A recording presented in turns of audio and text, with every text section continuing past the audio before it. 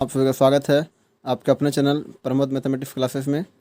दोस्तों आज हम लोग इस वीडियो में देखेंगे प्रश्नावली 3.3 यानी क्लास 10th का प्रश्नावली 3.3 है ना। और क्वेश्चन क्या लिखा हुआ पढ़ते हैं इसमें हम लोग। क्वेश्चन कहता है निम्नलिखित समीकरण युग्म को प्रतिस्थापन किस विधि से, तो प्रतिस्थापन विधि से हल करना है। दोस्तों आप लोग से रिक्वेस्ट है, आप लोग वीडियो को लास्ट तक बन रही है।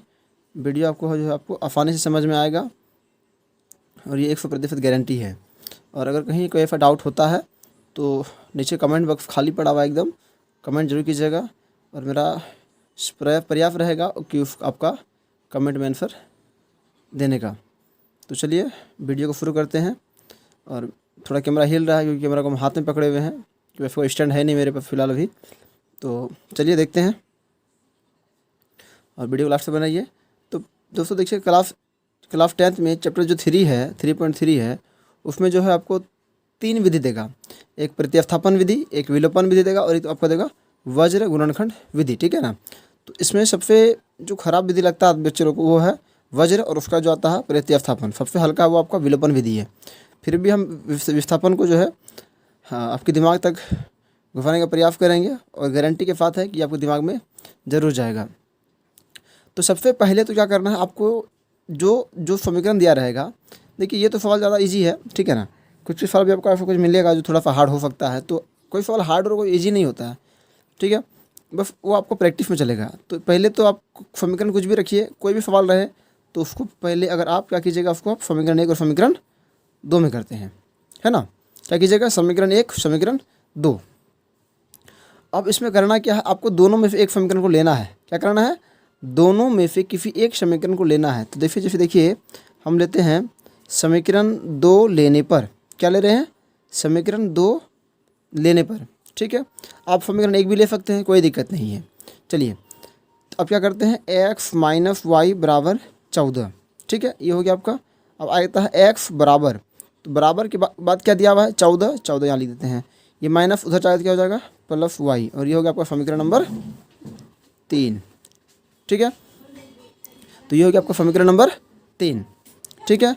अब क्या करते हैं, यहाँ पे एक स्टेप हम लोग लिखेंगे कि x का मान समीकरण, देखिए यहाँ पे कितना लिए थे हम लोग, 2 लिए थे, तो 1 में रखेंगे। अगर यदि यहाँ हम 1 लेते तो 2 में रखते हैं ना। तो यहाँ 2 लिए हैं तो किस रखेंगे हम लोग, 1 में रखेंगे। तो समीकरण 1 में रखने पर, ठीक है, x का जो वैल्यू था वो कहाँ रखेंगे हम लोग, समीकरण 1 में। यहाँ पर ऐसा भी लिख सकते हैं कि समीकरण 3 का मान समीकरण 1 में रखने पर। तो समीकरण 1 क्या है दोस्तों, ये देखिए, एक है आपका x + y बराबर 14, और x का वैल्यू कितना आया अभी आपका, 14 + y। तो इसके जगह में हम लोग क्या लिख देंगे, 14 + y, और ये हो गया प्लस, ये हो गया y बराबर का हो गया आपको यहाँ 14। क्लियर हो रहा है। अब क्या करते हैं इसको हम लोग, देखिए 14 का 14 हो गया। अच्छा y और प्लस y आप लोग जानते हैं कितना होता है, 2y बराबर कितना हो गया आपको यहाँ 14, ठीक है।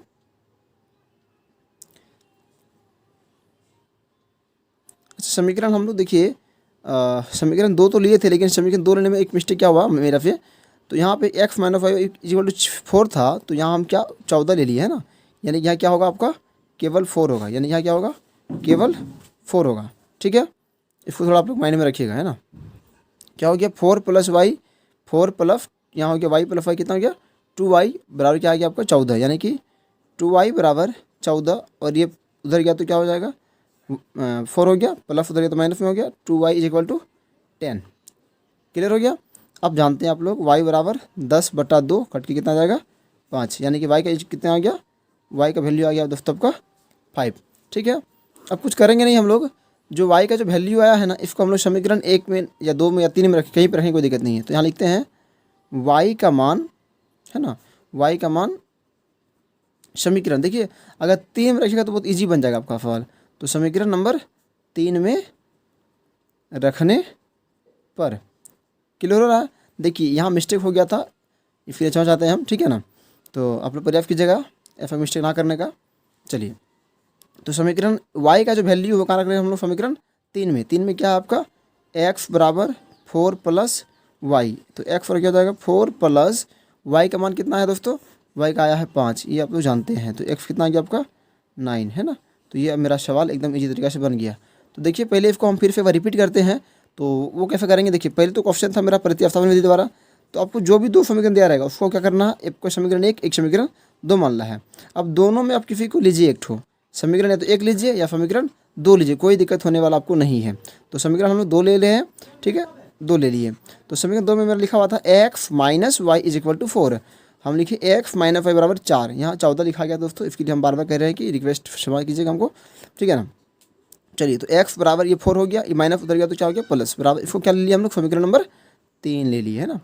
और एक बात के लिए दोस्तों, थोड़ा हम अगर आवाज़ थोड़ा फॉलो है तो इसके लिए रिक्वेस्ट माफ़ी चाहिए हम।